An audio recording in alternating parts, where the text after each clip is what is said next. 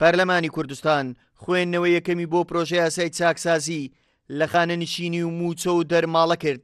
کە لە ڕۆژانی ڕابردوو لەلایەن حکوومەت یاریمی کوردستان ئاڕاستەی پەرلەمان کرابوو تا بنەمەکانی یەکسانی و دادپەروەری و شایستە بوون لە خەرجکردنی موچە و دەرماڵە و بەخشین و ئیمتیازاتەکان بەرجەستە بکات و سوودمەندبوونی ناشایستەش ڕابگیرێت. پارێکی کەم ئەگەڕێتەوە بۆ حکوومەت ئێمە لەگەڵیت و ئێمە پشتیوانی ئەەکەین. ئێمە پرۆژەکە حکوومەت دەی ناردو ئێمە بڵێ وەک خۆی جێبەجێکەن ئەڵێ فەرمونون حچی پرۆژەیە وەکتم بۆ مناقەشە ئێمە مناقەشەکەین دەوڵەمەنی ئەەکەین لی کەمەکەین لی زیادەکەین هەوڵە دەین زۆرترین عەدالەتی تیابێ بەباشی ڕێکی بخەینەوە بژاری بکەین وەگوتم ئەوانەی کە نامستەحق بوون لێ دەربکرێ بەڵام ئەمە هەموو شتێک نییە ئەمە یەکێکە لە هەنگاوەکان و پێویستە حکوومەت جگە لەم هەنگاوانە بیر لەوەش بکاتەوە لەو مەلەفانەی تر کە گەندەڵی گەورەی تا ئەوەش بکرێ ناکرێ هەر حکوومەت داهاتی کەم کا دەست بۆ موچەی خەڵک. بە گوێرەی پرۆژەی یاساکەی حکوومەت هەموو ئەو کەسانەی کە بەناحەق بە هەر پلەیەک خانە نشین کراون یان ئەوانەی 2000 زیاتر لە بودجێ گشتی سوودمەند دەبن موچەکانیان دەبڕدرێت. ساڵانێکی زۆرە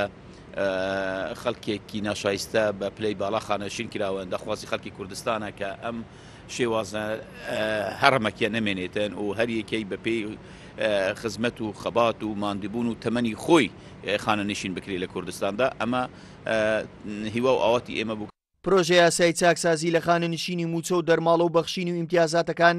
کە لە 20 خاڵ و 8 بەش پێکاتوە کۆی یاساکە باس لە بواری خانە نشینی و ڕێخستنەوەی ماف و ئیمتیازاتەکانی میراتگرانی کەسوکاری شەیدان و ئەنفالکراوان و زیندانیان و ڕاگیراوانی سیاسی و قەدەغەکردنی زیاتر لە 1000 سوودمەند لە بودجەی گشتی و بواری سەربازی و هێزی ئاسایشی ناوخۆ و دەرماڵەکان و